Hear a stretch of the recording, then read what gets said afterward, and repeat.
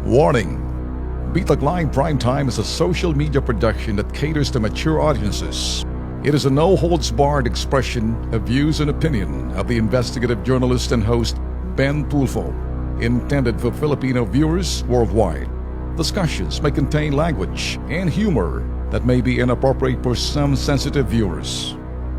If you do not approve of the above, please do not watch our video. Should you wish to continue, we strongly advise that you proceed with caution. Viewers' maturity is advised. Nag-issue ng temporary restraining order ang Korte Suprema ho sa Maynila and sa Quezon City, ganun din sa Navotas.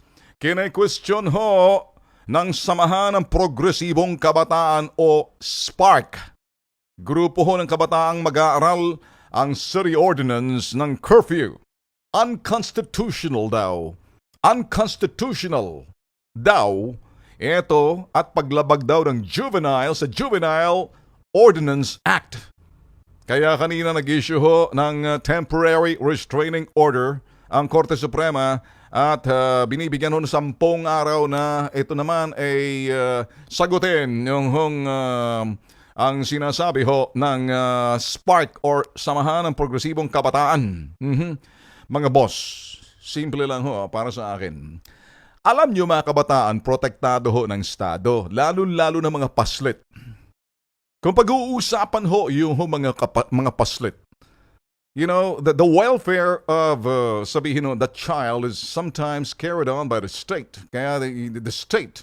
Kaya sino ho bang nakuhuli ho sa curfew kapag nakita nyo sa mga balita laman pag ito ho'y pagronda ho ng mga DSWD at mga city social welfare and development or yun ho sa mga syudad na pakalat-kalat ho ng mga bata, mga paslit, mga 8 years old, 7 years old, 9 years old, 10 years old. Hindi pa nga ho sila teen eh. They're not even 13, they're 12 pababa. Ngayon mga boss, eto hong sinasabi ng SPARC at pagbibigay ho, parang kumbaga hinolsale ho nila, sinama ho pati mga paslit. Kung titingnan ho natin, hindi naman ho nira-round off yung mga teenager. Hindi naman ho kinukuha sa lansangan na pakalat-kalat nakahiga lang kung saan-saan. Ito mga kabataan na to na posible ho sila, expose ho sila sa element. At hindi lang ho dyan. Nalalagay din ho sila sa panganib. Kung tutuusin mga bossing, etong mga sinasabing mga grupo na to at ng tawag nilang SPARC, talagang gusto ho nilang mag-spark yung mga issues tulad ho nito. Kung ako ang tatanungin ho ninyo, nasa kapangyarihan ho ng local government unit na panagutin ho yung mga magulang na ang anak ho nila pakalat-kalat sa lansangan na yan ho'y hindi pa sa poder ng mga kabataan.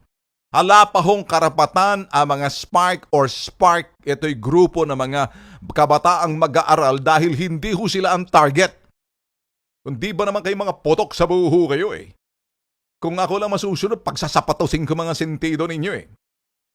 Ala kayong pakialam doon sa mga kabataan na sa poder ng kanilang mga magulang. Kung kayo mag-aaral, kung kayo mga college na, walang pakialam sa inyo ang gobyerno, ang lokal na pamahalaan dahil kumbaga kayo may tahong na sa inyong mga kilikili, may tahong na sa inyong mga kilikili sa ilong, may tahong na sa inyong mga binte at may tahong na sa inyong tinatago sa loob ng brief ninyo. Alam ang ibig sabihin tahong? Buhok! Ngayon, ang ibig sabihin noon, kung sa salitang English, sa salitang Tagalog, gano'n, naintindihan nyo? Gano'n ang ibig sabihin noon. Ngayon, hindi niyo pwedeng pakialaman itong mga paslit. Kaya kung akong tatanungin, siguro pinagbigyan lang ho ng Korte Suprema na para sabihin, sige, sagutin niyo nga to kasi valid naman to. Ang problema ho kasi, wala ho silang, in short, wala ho silang mapakita ng mga videos or anything na pwede hong tatayo yung kalang reklamo kasi pag titingnan mo yung mga hindi naman nilalagay sa kulungan eh. Pag ko sinahakot ho sila, nilalagay ho sila sa CSWD or City Social Development and Social Welfare and Development or under ho ng DSWD yan. Para ho ilayo ho sila sa kapahamakan.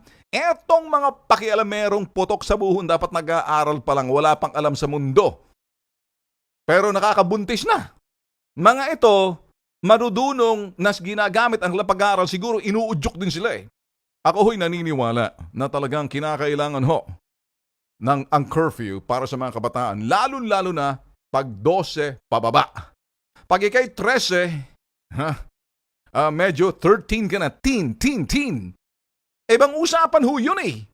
Kung sa ibang bansa, ang isang bata na minor de edad 15, 14, 13, hindi mo pwedeng iiwan sa loob ng pamamahay nang walang kasamang matanda or guardian na magbabantay. Kasi pag may nangyari sa loob ng bahay at nasunog yung bahay, eto ho'y sa bansang Amerika, sa bansang Europa, hindi mo pwedeng iwanan yan na walang kasama.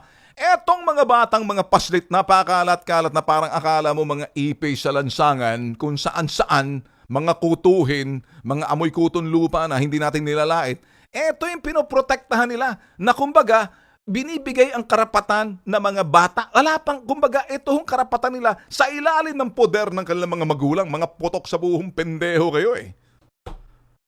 Ewan natin kung bakit inayunan ng Korte Suprema. Siguro ang papakita ang Korte Suprema, kami naman nakapiring mata namin basta't ang batas ay hindi nagdi-discriminate, okay lang. Tignan na lang ho natin sa loob ng 10 araw kung ano hong gagawin ng mga lokal na pamahalaan. At sabi nga ho ni Mayor Herbert Bautista ng Quezon City, mas maganda na yung binala nila sa Korte Suprema para na magkaalaman na. Total, meron namang legal counsel, may legal advisor naman, yun hong mga yung bawat syudad para sila huy kaya nilang panagutan yan at para malinis yung lansangan. Wala hong kapahamakan mangyayari at kaligtasan ng mga kabataan ay sigurado ho tayo. Kaya kung kayo'y mga magulang na nagtatrabaho sa overseas, kayo mga OFW, pakicheck lang ng inyong mga anak kung naiwan dito mga 12, 13 at 10, 9. Yan ba'y nakakasiguro kayo na yan ay hindi sa lansangan natutulog at hindi pa gala-gala? Baka pinababayaan ng inyong mga mister na iiwan, yung misis nagtatrabaho sa abroad, or baka si misis naman, si mister, ako nagbibigay lang ng medyo senaryo. What do you think?